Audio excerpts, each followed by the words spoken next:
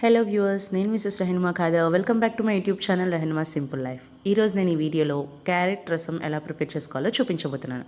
అందుకు కావాల్సిన పదార్థాలు: టమాటాలు 2, క్యారెట్ మీడియం సైజ్వి 2, ఎండుమిరపకాయలు, జీలకర్ర, ధనియాలు, అలానే నానబెట్టుకున్న చింతపండు.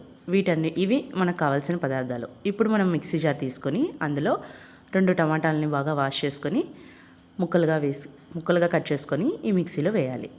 అలానే మనం ఆల్రెడీ ఇందాక పీల్ చేసి పెట్టుకున్న క్యారెట్ కూడా ముక్కలుగా చేసుకొని మిక్సీ జార్లో యాడ్ చేసుకోవాలి.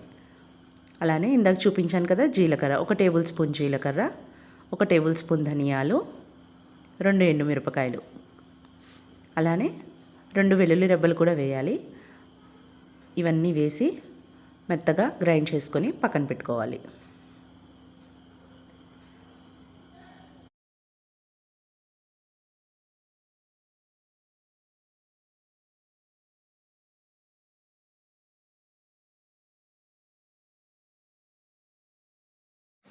ఇప్పుడు స్టవ్ వెలిగించుకొని గిన్నె పెట్టుకొని గిన్నెలో ఆయిల్ వేసుకొని మనం ఈ రసానికి కావాల్సిన తాలింపు వేసుకోవాలి. తాలింపు కోసం కొద్దిగా ఆవాలు, జీలకర్ర, వెల్లుల్లిపాయలు, కరివేపాకు, ఎండుమిరపకాయ ఇది కూడా వేసుకొని తాలింపు వేసుకోవాలి.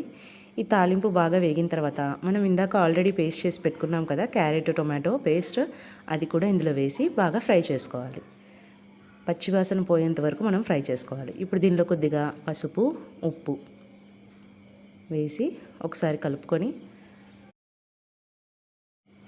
ఇవన్నీ బాగా ఫ్రై అయిపోయిన తర్వాత ఈ పేస్ట్లో నుంచి పచ్చివాసన వెళ్ళిపోయింది అని అనుకున్నప్పుడు ఆయిల్ సపరేట్ అవుతుందండి. అంతసేపు మనం ఫ్రై చేసుకొని దాని తర్వాత మనం నానబెట్టుకున్న చింతపండు నుంచి రసం తీసుకొని అది కూడా దీనిలో యాడ్ చేసుకోవాలి. చింతపండు రసం వేసిన తర్వాత ఇంకొద్దిగా నీళ్ళు, మన కన్సిస్టెన్సీని బట్టి చారు మరీ చిక్కగా ఉంటే కొంచెం వాటర్ కూడా యాడ్ చేసుకోవచ్చు. వాటర్ కూడా యాడ్ చేసుకొని బాగా బాయిల్ చేసుకోవాలి, బాగా మరిగించుకోవాలి, లేకపోతే చారు టేస్ట్ అంతగా బాగోదు. చూస్తున్నారు కదా, ఇలాగ బాగా మరిగించుకోవాలి. అంతేనండి, చాలా సింపుల్గా టేస్టీగా ఉండే క్యారెట్ రసం అయితే ప్రిపేర్ అయిపోయింది. పిల్లలు చాలా ఇష్టంగా తింటారు. వేడి అన్నంలో నెయ్యి వేసి ఈ చారు వేసి పెడితే పిల్లలు అసలు వద్దు అనకుండా తినేస్తారు, అంత బాగుంటుంది టేస్ట్. నెక్స్ట్ టైం మీరు కూడా తప్పకుండా ట్రై చేయండి. ఈ రెసిపీ కనుక మీకు నచ్చినట్లయితే లైక్ చేయండి, షేర్ చేయండి, ఛానల్ని తప్పకుండా సబ్స్క్రైబ్ చేసుకోండి.